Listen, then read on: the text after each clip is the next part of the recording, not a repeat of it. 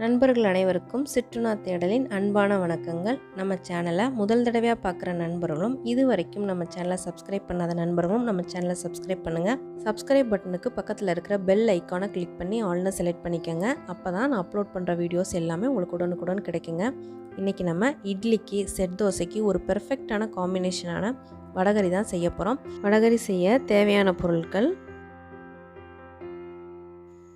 வடகறி செய்ய 150 கிராம் அளவு கடலைப்பருப்பு எடுத்துருக்கேங்க. இதை ஒரு தடவை தண்ணியில் நல்லா கழுவிட்டு தண்ணி ஊற்றி ஒரு அரை மணி நேரம் ஊற வச்சுடுவோங்க. அரை மணி நேரம் ஆயிடுச்சு. பருப்பு நல்லா ஊறிடுச்சுங்க. இதுலேருந்து தண்ணி எல்லாமே நல்லா இருத்துட்டு நம்ம ஒரு மிக்ஸி ஜாருக்கு மாற்றிடுவோங்க. தண்ணியோடு அரைச்சிட்டாலும் வடை பிடிக்கிறப்ப நம்மளுக்கு ஈஸியாக இருக்காது. வடை எல்லாமே எண்ணெயில் உதிர்ந்து போக ஆரம்பிச்சிடும். இந்த மாதிரி தண்ணி இல்லாமல் நான் ஜாருக்கு மாற்றிருக்கேன். காரத்துக்காக 2 மிளகாய் வத்தல் சேர்த்துக்கிறேன். ஒரு பூண்டு,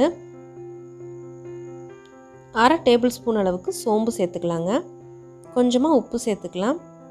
கருவேப்பிலை இலைகள் கொஞ்சம் சேர்த்துக்கலாம். விரும்புகிறவங்க இது கூட சின்ன சின்னதாக கட் பண்ணி இஞ்சி துண்டுகளை சேர்த்துக்கலாங்க. இது எல்லாத்தையும் நல்லா அரைச்சி எடுத்துடலாம். இப்போ வடை மாதிரி ஒரு பதத்துக்கு, அதாவது கொரன்னு ஒரு பதத்துக்கு நான் அரைச்சி எடுத்துருக்கேன். இதை சின்ன சின்ன உருண்டைகளாக உருட்டி வடை மாதிரி சின்ன சின்னதாக தட்டி எடுத்துடுவோங்க. எல்லா வடைகளையும் நான் தட்டி எடுத்திருக்கேன்.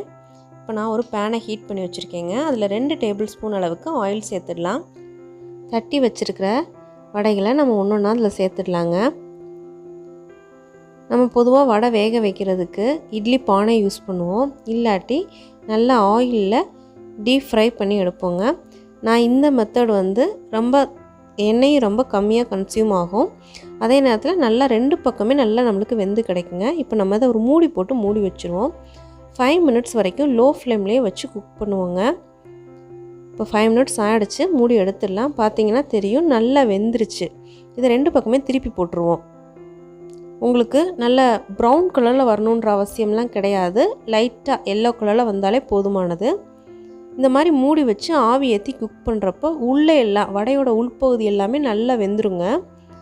இப்போ வடையை நம்ம எண்ணெயிலேருந்து எடுத்துடலாம். இதே பேன்லேயே நம்ம 2 டேபிள் ஸ்பூன் அளவுக்கு ஆயில் சேர்த்துக்கலாம். அரை டீஸ்பூன் அளவுக்கு சோம்பு சேர்த்துக்கிறேங்க. இது நல்லா மணத்துக்காக தான். 2 பட்டை சேர்த்துக்கலாம். 2 கிராம்பு, ஒரு ஸ்டார் பூ, ஒரு பிரிஞ்சி இலை, இது கூட ஒரு ஏலக்காய் சேர்த்துக்கலாங்க. இது எல்லாமே லைட்டாக சூடானோடனே இது கூட சின்ன சின்னதாக கட் பண்ணி வச்சுருக்கிற பெரிய வெங்காயத்தை ஒன்று சேர்த்துடலாம். வெங்காயத்தை சேர்த்து நல்லா ஃப்ரை பண்ணி விடுங்க. வெங்காயம் ரொம்ப ஃப்ரை ஆகணுன்ற அவசியம் கிடையாது. லைட்டாக ஃப்ரை ஆனாலே போதுமானது. 2 டேபிள் ஸ்பூன் அளவுக்கு இஞ்சி பூண்டு விழுதுகளை சேர்த்துக்கலாம். நீங்கள் எப்போ இஞ்சி பூண்டு விழுதுகள் சேர்த்தாலும் கொஞ்சமாக கசகசா சேர்த்து அரைச்சி எடுத்திங்கன்னா இதோட மனம் ரொம்ப அருமையாக இருக்குங்க. இதில் 2 பச்சை மிளகாவை கீறி வச்சுருக்கேன். அதில் சேர்த்து லைட்டாக ஃப்ரை பண்ணி விடுங்க. 2 தக்காளியை சின்ன சின்னதாக கட் பண்ணி வச்சுருக்கேங்க. அதில் சேர்த்துடலாம். வெங்காயம், தக்காளி எல்லாமே நல்லா ஃப்ரை ஆகணுங்க. இப்போ நல்லா ஃப்ரை ஆகிடுச்சு. அரை டேபிள் ஸ்பூன் அளவுக்கு கரம் மசாலா தூள், 3/4 டேபிள் ஸ்பூன் அளவுக்கு மிளகாத்தூள், 2 டேபிள் ஸ்பூன் மல்லித்தூள், இது கூட 2 டேபிள் ஸ்பூன் அளவுக்கு சாம்பார் தூளும் சேர்த்துக்கலாங்க. சாம்பார் தூள் இல்லாதவங்க 2 டேபிள் ஸ்பூன் அளவு மிளகாத்தூள் சேர்த்துக்குங்க.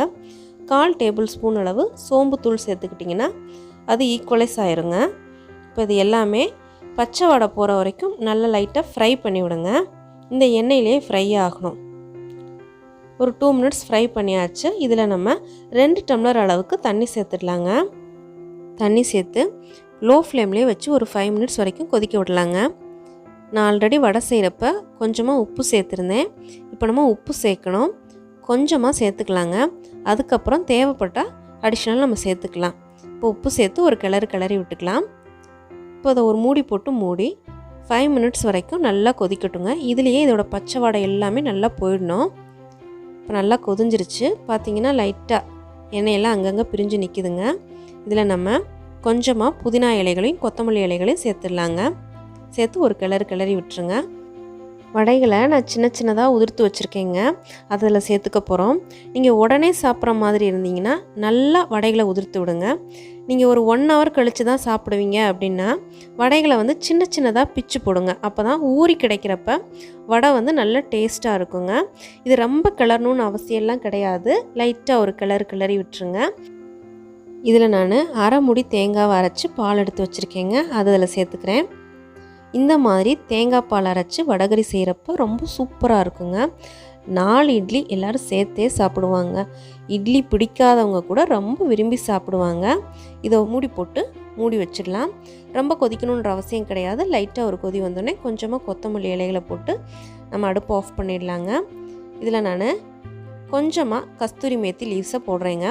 கஸ்தூரி மேத்தி லீவ்ஸை போட்டு நீங்கள் வடகறி செய்கிறப்ப பக்கத்து வீட்டில் இருக்கிறவங்கள கூட வடகறி சாப்பிட்றதுக்கு சுண்டி இழுக்குங்க. அந்த அளவுக்கு இதோட அரோமா ஸ்மெல் இருக்குங்க. கண்டிப்பாக நம்ம வடகறி பிடிச்சிருக்கும் எல்லாருக்கும்.